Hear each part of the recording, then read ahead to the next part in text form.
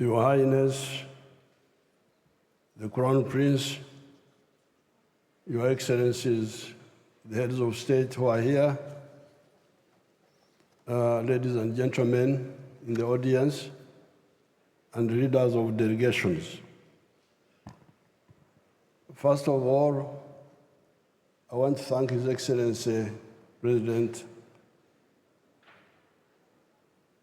of the UAE, for inviting me a number of times and coming here with my delegation to participate in discussing these global issues.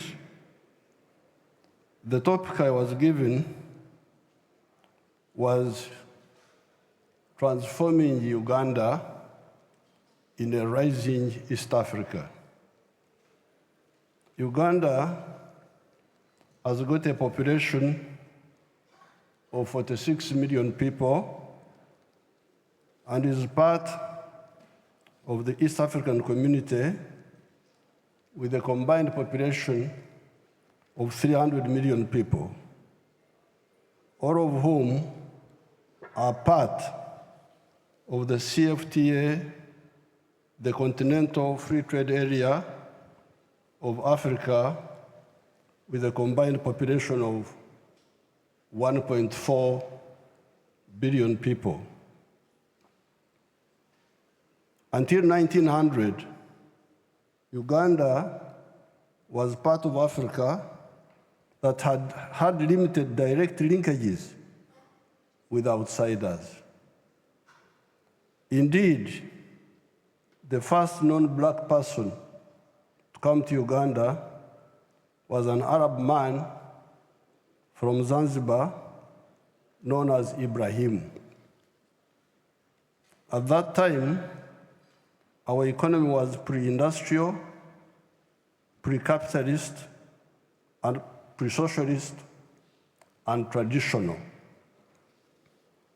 The traditional African economy of that area was based on subsistence agriculture with quite a spectrum of artisan skills, such as blacksmith, carpentry, ceramics, etc.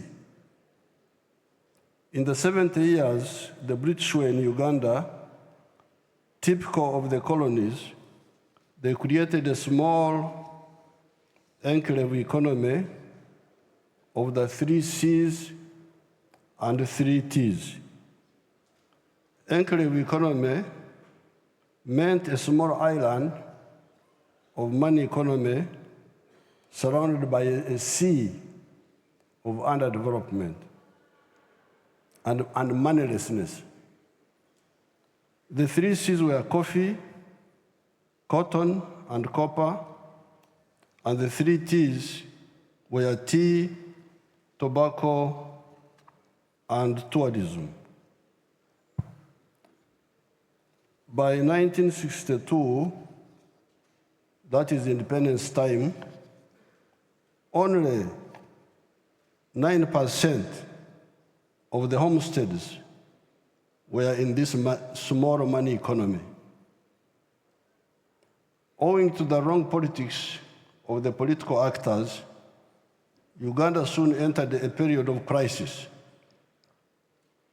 In 1971, an illiterate colonial sergeant, Idi Amin, came into power. He ruined the small enclave economy by making many mistakes, including the expulsion of our immigrant Asian community of 80,000 that had been a part of the entrepreneurial class. By 1986, only coffee of the 3 C's was surviving, and only tobacco of the 3 C's was still kicking. Since that time, we have gone through 5 phases as follows.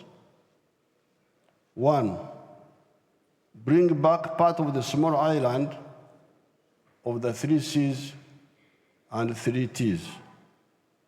2, expand the island, more coffee, more tea, more tourism.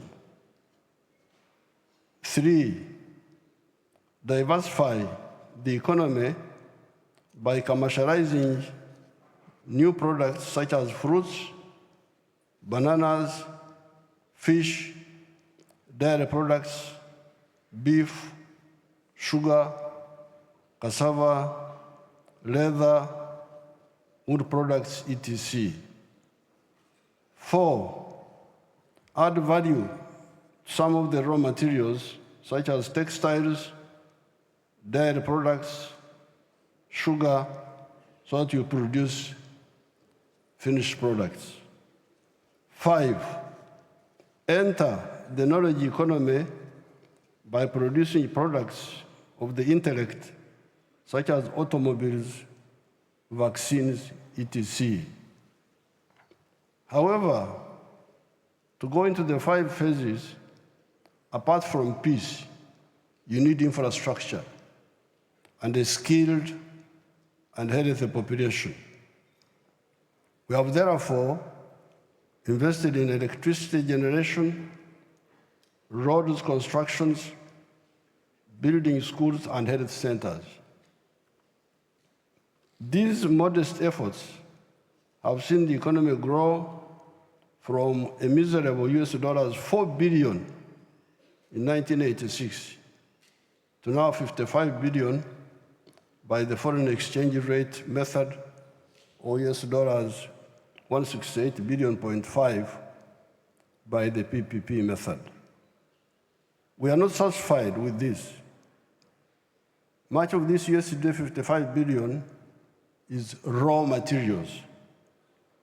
By merely adding value to a spectrum of these raw materials, such as coffee, cereals, minerals, etc., we intend to grow the economy to $500 billion in the coming few years.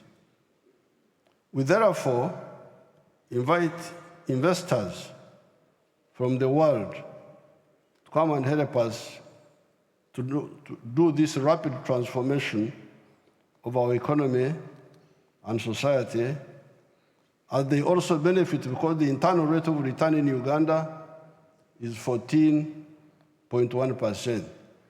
This is when we still have high transport costs and also some high cost of electricity. Once we build the railway, a modern railway to the ocean, the internal rate of return will be much higher than this. You can compare this internal rate of return with what you get in other areas. Uganda now is classified as a lower middle income country.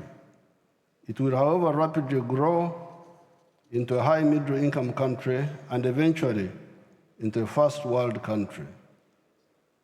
To achieve these goals, as already stated, we needed to add value to the large spectrum of our agricultural raw materials: coffee, bananas, fruits, cotton, oil seeds, cassava, maize, tea, dairy, beef, poultry products, fish, forest products, sugar, etc., and mineral raw materials such as gold, iron ore, phosphates, lithium, uranium, petroleum, gas, etc.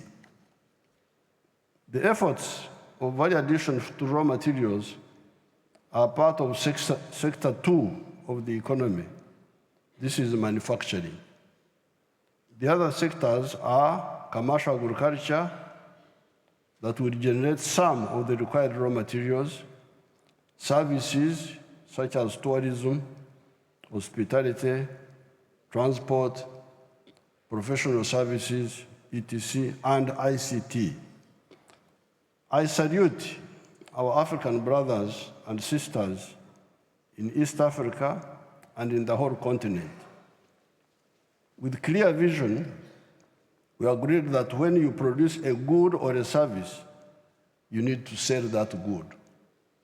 The more you sell, the better for our prosperity. The internal market of Uganda, of 46 million people, is not enough to support large-scale sustained production of goods and services, especially when their purchasing power is still low. Already Uganda has got surplus of many products: maize, milk, beef, bananas, steel products, cement, tubes and tires, textiles, cassava products, etc., etc. How would the Ugandan economy grow if we did not have the East African market? If we did not have the COMESA market? COMESA is the common market of Central and East Southern Africa, and the wider African market under the CFTA, the Continental Free Trade Area. I would like, therefore, to assure investors from outside that the Africans have already laid down a lucrative market for investment by having a common market, the CFTA of the whole of Africa. When you invest in Uganda or any brother African countries, you have the assurance of this huge and growing market. The population of Africa will be 2.5 billion in the next 25 years. The population of Uganda will be 106 million in the next 25 years. What many people in the world do not know is that Africa, the origin of man, because all of you are former Africans if you don't know it, has been underpopulated for much of the 4.5 million years of human history, ever since the evolution of the Homo sapiens sapien. This was because Africa is good for man, but has also been good for man's enemies, such as mosquitoes, the tsetse flies, the microbes, etc., until recently, when modern science has enabled us to suppress these enemies of man. Africa is 12 times the size of India. You can put India 12 times into Africa and it will fit there, in land area, and with a lot of natural resources. However, India has been having a bigger population than Africa until recently. It's now that we have overtaken India and China for the first time in population size.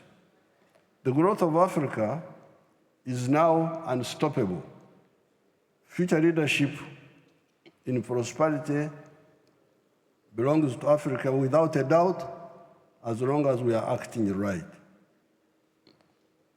As a third-generation anti-colonial freedom fighter from Africa, attending this gathering, I cannot end my remarks without commenting on the chaos and criminality that has been going on in the world, but in particular in the last 600 years. All sorts of criminalities have been committed by bankrupt,